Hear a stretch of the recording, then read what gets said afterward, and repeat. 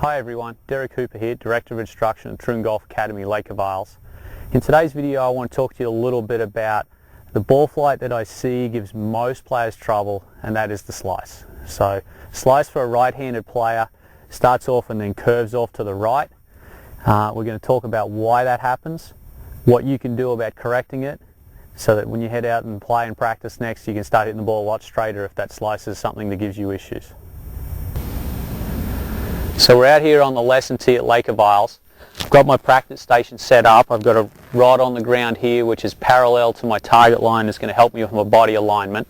And I've got another rod over here which is parallel to the outside of the target line, which is going to help me set up the club. So if you're someone who slices the ball, there's a couple of things that we want to check before we even start looking in the swing. Just want to make sure that first of all you're set up correctly. And one of the things that I'm really watching here is where are your shoulders in relation to the target line. And I want to make sure that they're perpendicular to the target line, to even just a hair closed would be good if we're trying to stop you from slicing the ball. The other thing I want to do is I want to make sure that the club face is aimed correctly at address.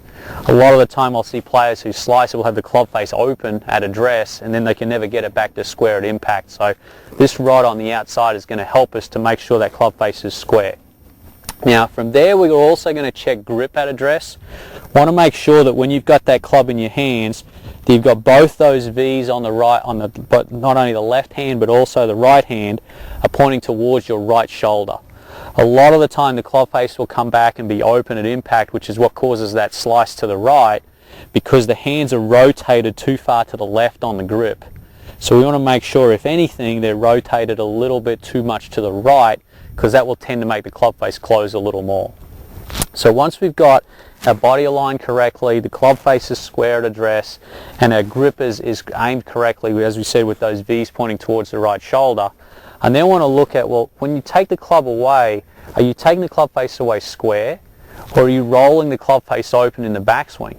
Because if the club face rolls open in the backswing, now you've got to close it the same amount coming down, but the challenge in the downswing is that you've got to do it at speed, which makes it much more difficult. So what we see with players who tend to slice is they'll set up, and even when they get their setup pretty good, they'll tend to take the club away and make this sort of a move.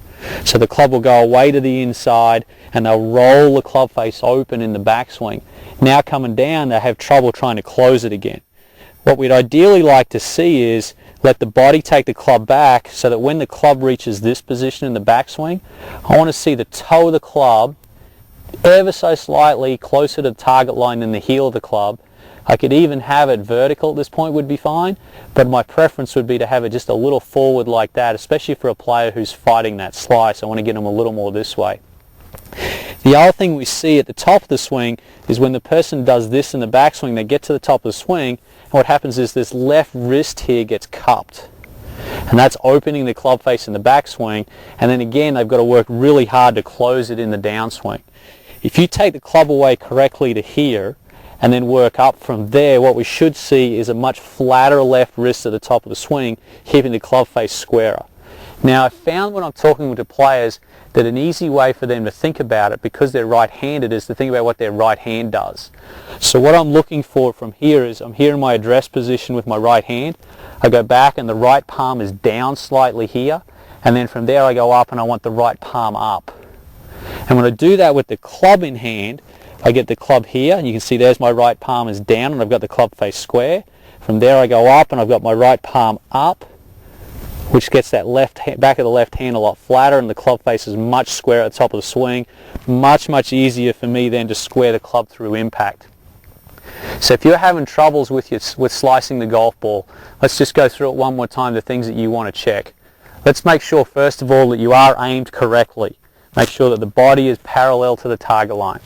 You want to make sure that the club face is square at address and not open to the right.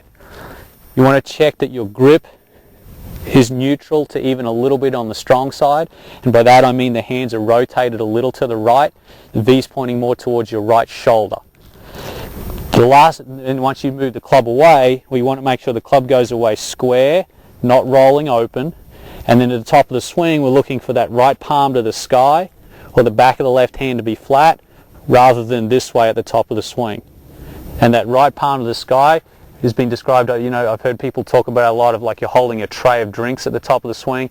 Really, really good swing thought to get that feeling there. So if you can get that club working away square and setting the club here, you're going to start hitting the ball a lot more squarely with club face, and you'll get rid of that slice in no time.